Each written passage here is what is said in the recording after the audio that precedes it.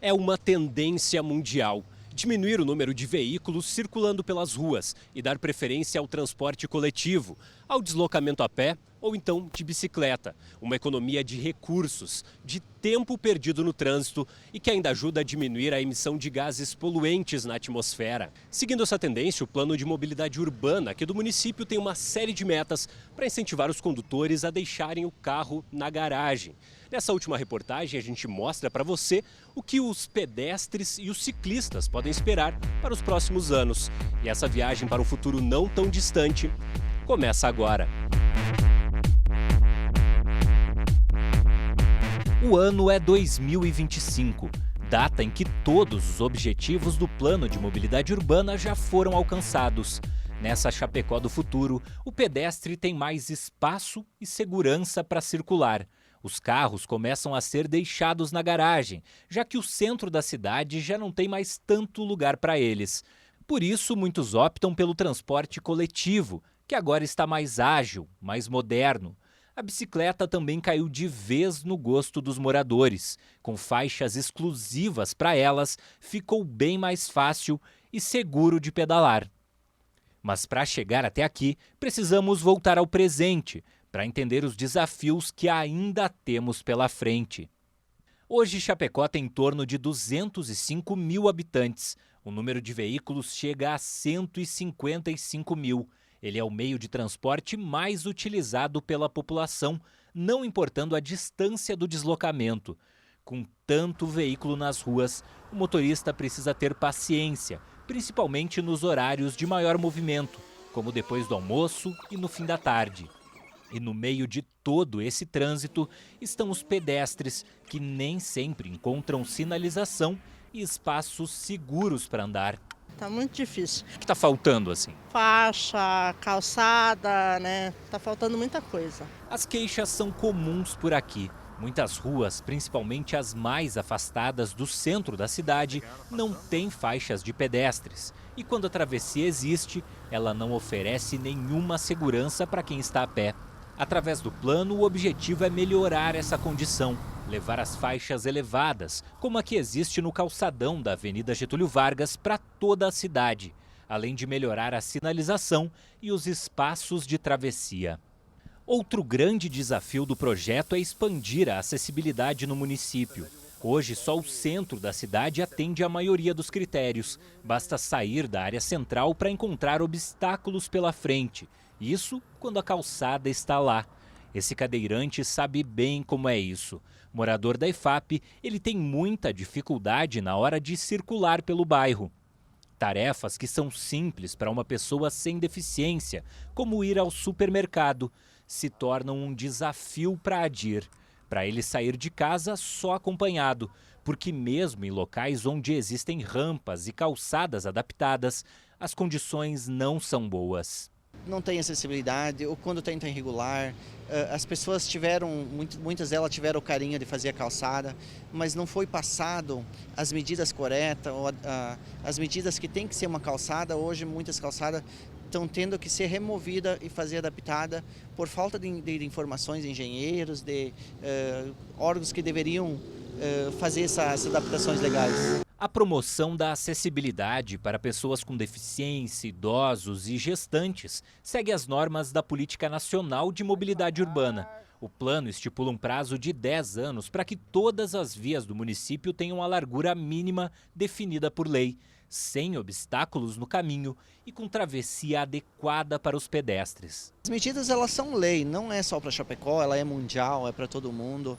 Ela não vem só favorecer as pessoas com deficiência, mas vem favorecer uma pessoa idosa, uma mãe com carinho de bebê, para todo mundo, porque a calçada ela é pública, não é do dono do estabelecimento, não é do dono do terreno, ela é para todos nós. E se for feito na medida certa, vai ser bom para todo mundo, não só para nós. Uma outra mudança no centro da cidade vai dar o que falar. A ideia é transformar parte da Avenida Getúlio Vargas em um calçadão. O trecho que fica entre a Rua Marechal Bormann e a Quintino Bocaiúva vai ser fechado para os veículos e ganhará mais espaço para o lazer, com mesas, pracinhas e equipamentos de ginástica. Os veículos teriam que transitar pelas vias paralelas e, para amenizar a perda de vagas de estacionamento, seriam construídos edifícios garagem nas proximidades do calçadão. Os pontos de táxi iriam para as ruas transversais. O prazo para a implantação desse espaço é de 4 anos a partir da aprovação do plano.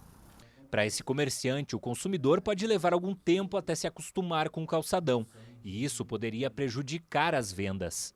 Ainda você tem um hábito muito grande de vir e encostar os veículos em frente às lojas. E se você cortar isso de uma hora para outra, você pode prejudicar o comércio. Já esse aposentado acredita que um pouco mais de espaço para o pedestre vai ser bom para as horas de lazer. Vamos ter condições de conversar mais, caminhar mais, deixar os carros em casa, porque a dificuldade que o povo tem hoje para estacionar o carro aqui na avenida é muito difícil. Então a ideia é excelente e vamos aprovar, com certeza a população toda vai aprovar. As bicicletas também têm lugar de destaque no plano de mobilidade urbana. Nos próximos 8 anos, o município deve receber pelo menos 30 quilômetros de espaços exclusivos para elas, como ciclovias e ciclofaixas. O objetivo é que o morador não veja a bicicleta só como objeto de lazer, e sim como um meio de transporte. Para isso, a cidade vai ganhar mais bicicletários para que ninguém precise deixar ela assim, em locais improvisados.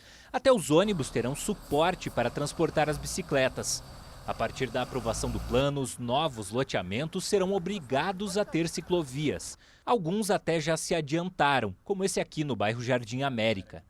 Mas até que tudo isso aconteça, os ciclistas precisam continuar convivendo com uma triste realidade. Falta um pouco mais de segurança, né? Porque a gente se sente um pouco ameaçado e muitos dos motoristas acabam não respeitando os ciclistas no dia a dia.